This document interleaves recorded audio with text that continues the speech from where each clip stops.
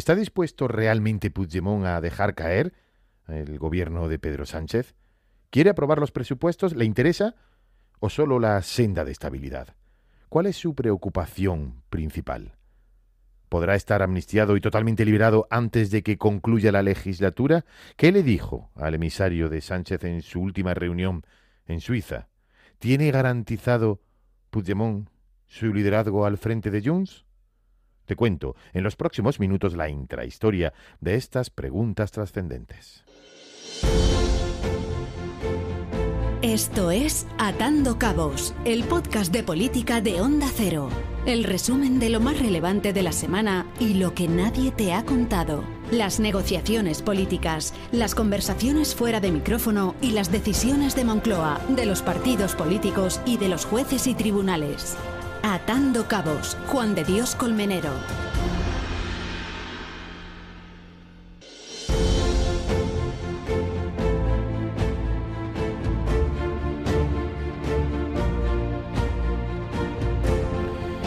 El gobierno no lo viene reconociendo, no lo quiere reconocer, ni siquiera suele pronunciar su nombre, ni el nombre de su partido en las ruedas de prensa, en las comparecencias después de los consejos de ministros, pero el propio gobierno, el propio Pedro Sánchez sabe, y todos los demás también saben, que esta legislatura frágil, débil, extraña, depende solo de una persona, de Carles Puigdemont, de su voluntad, de sus momentos, de su estado de ánimo, de su situación personal y procesal. El resto de socios, en el fondo, como nos reconocía fuera de micrófono un diputado socialista esta misma semana en el patio del Congreso, el resto de socios están en el bolsillo. Porque por mucho que amenace Esquerra Republicana de Cataluña, sabe que su debilidad está en que no ha demostrado su fortaleza votando en contra en ninguna ley importante presentada por el gobierno. Esquerra se comprometió en su momento a un pacto de legislatura, no de investidura como Junts, de legislatura, y por mucho que sus portavoces clamen desde los escaños o desde los pasillos o el patio del Congreso, el nivel de preocupación de Moncloa por Esquerra es mínimo, por no decir nulo. ¿Qué no decir del PNV, del Partido Nacionalista Vasco? El socio más seguro, dicen desde el gobierno.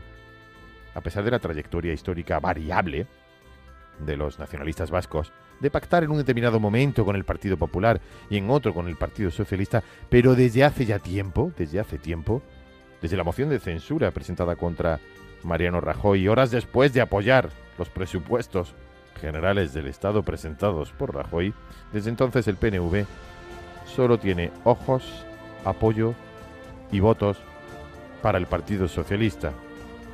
Atrapado además por la gobernabilidad en Euskadi. Mientras gobiernen juntos y en coalición en el País Vasco, Sánchez y el PSOE tendrán el apoyo del PNV. Y Bildu, ese callado socio que juega sin hacer aspavientos, pero sabiendo y recibiendo todo lo que pide.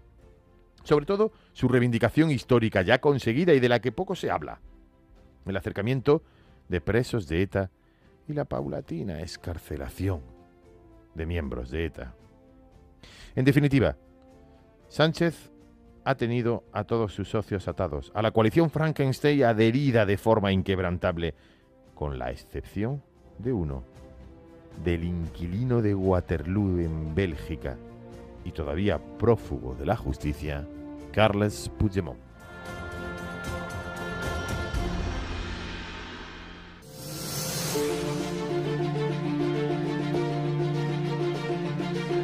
Pero la pregunta es, ¿está dispuesto Puigdemont de verdad a dejar caer a Sánchez apoyando, por ejemplo, una moción de censura, que sería la única manera?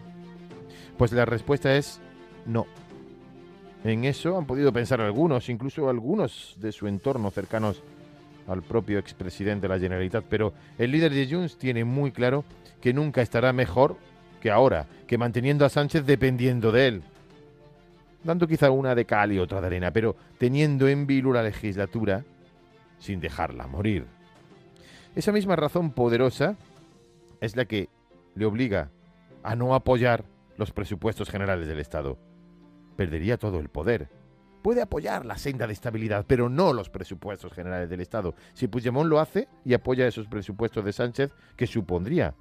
más años de vida al presidente del gobierno, agotar la legislatura, pero al mismo tiempo significaría que Puigdemont perdería toda la fuerza y la influencia. La legislatura no se acabaría para Sánchez, pero se acabaría para Puigdemont y para su formación política.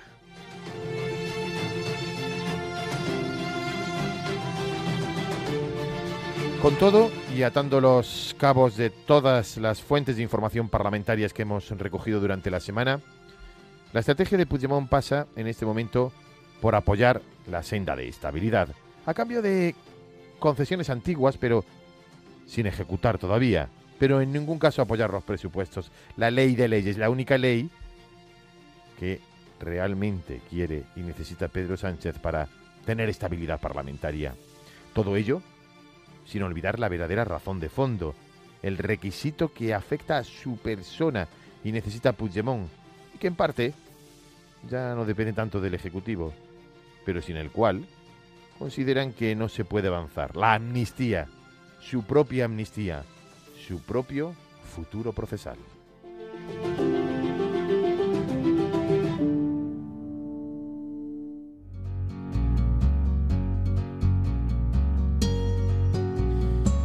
Es en esto, en lo suyo, donde Puigdemont lo tiene más difícil, sin duda. Al menos de momento, los jueces y tribunales, en estricta aplicación de las normas en un Estado de Derecho, le han dicho, en primer lugar, que la amnistía no cambia, no entra, no ocupa el delito de malversación cometido por el expresidente. Y en segundo lugar, que los recursos y la cuestión de inconstitucionalidad, recursos interpuestos por comunidades autónomas, cuestión de inconstitucionalidad interpuesta directamente por el Tribunal Supremo, que todo ello, dijo el propio presidente del Tribunal Constitucional, Cándido Conde Pumpido, en una conversación también fuera de micrófono, todo ello será resuelto no en un plazo inferior a 6 meses o un año. Y cuando falle el Tribunal Constitucional, la ultimísima palabra en cualquier caso de la aplicación de la ley la seguirá teniendo el Tribunal Supremo. Es decir, que puede perfectamente acabar la legislatura de Pedro Sánchez y Puigdemont seguirá sin poder tener la amnistía. Sin gobierno, sin poder, sin amnistía y garantizándose, eso sí, y lo tendrá, el liderazgo de su propio partido en el Congreso de su formación política en el mes de noviembre. Al inquilino de Waterloo solo le queda seguir siendo imprescindible para Sánchez y que sus 6 diputados reinen, no gobierne, pero sí reinen en la legislatura que nació y que continuará viciada.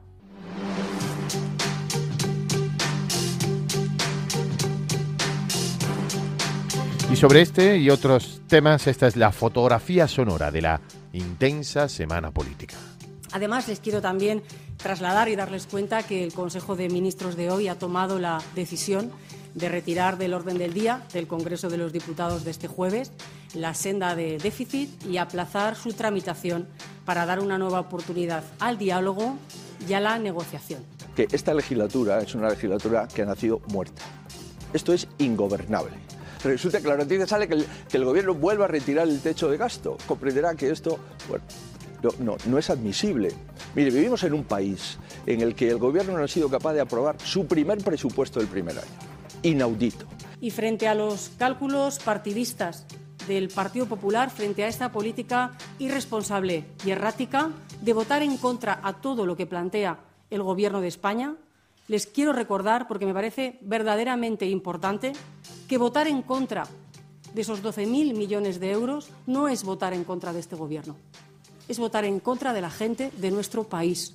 Creo que ya está bien de echarle la culpa de los problemas de la minoría parlamentaria en la que está el Gobierno, de la incapacidad de entenderse con sus socios, de la incapacidad de aprobar leyes. Ya está bien de que le echen la culpa a una oposición con la que ni negocian, ni se sientan, ni buscan acuerdos. Desde Junts no hem donat ni donarem mai Desde suport Junts no hemos dado ni daremos apoyo a nadie a cambio de nada y parece, ya lo veremos, que después de casi un año se empieza a entender. es comença a entendre.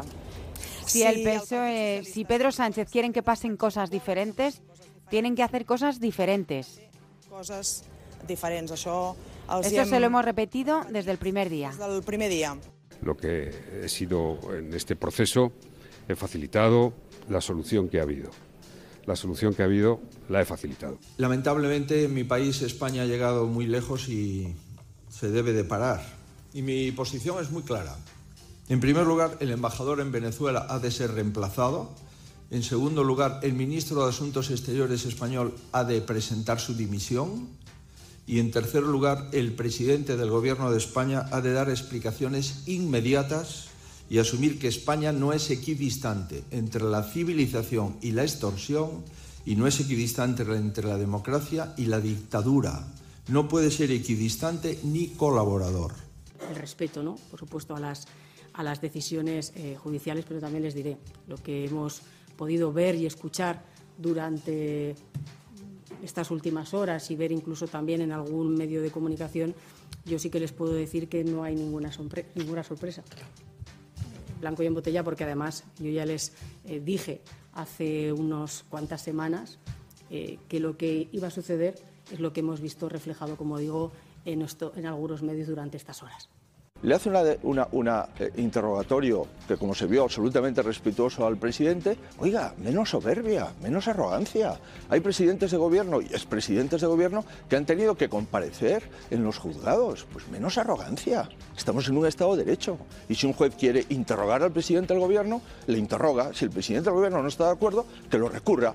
Pero sale el juez que ha interrogado con respeto al presidente del gobierno con una querella presentada por el presidente del gobierno a través de la abogacía del Estado. Oiga, si usted quiere meter una querella en juez, contrate usted un abogado. ¿Por qué hoy aquí no se atreve a ratificar sus palabras y a decir que Maduro es un dictador? ¿Por qué? Venezuela es una dictadura y ustedes son sus cómplices. Han participado en el chantaje al líder que ganó las últimas elecciones allí. Le invitaré a las presentaciones de los libros a los que vaya.